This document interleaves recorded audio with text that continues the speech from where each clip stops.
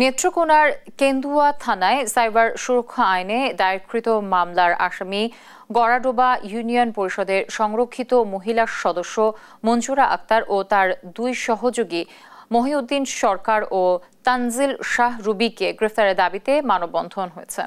শুক্রবার বিকেলে গড়াডোবা ইউনিয়ন পরিষদ কার্যালয়ের সামনে স্থানীয় সচেতন নাগরিক সমাজ ও মানববন্ধনের আয়োজন করে। বক্তারা অভিযোগ করেন, অভিযুক্তরা চাঁদাবাজি ও হয়রানিমূলক কর্মকাণ্ডে লিপ্ত ছিলেন এবং ইউএনও ও প্রশাসনের বিরুদ্ধে অপপ্রচার চালিয়েছেন।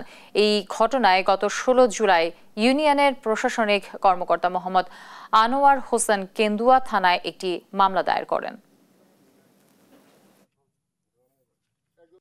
এই যে সাংবাদিক আয়া এই যেন একটা মানববন্ধন করলো, এবার বাজার দৈরা কারা হরতাছে, এই সাংবাদিক গুলার বিচার, চূড়ান্ত বিচার চাই। আমরা কেলে জমা দিছি, এটা চূড়ান্ত বিচার চাই। আর সরকারি টাকার আত্মসাৎ কেন করলো, এই টাকা রিটার্ন করবো সরকারের কাছে। আমাদের আজকের দাবি ওই যে মঞ্জুরা, তার বিরুদ্ধে মামলা হয়েছে, আমরা তার গ্রেপ্তারের পরোয়ানা দাবি করি।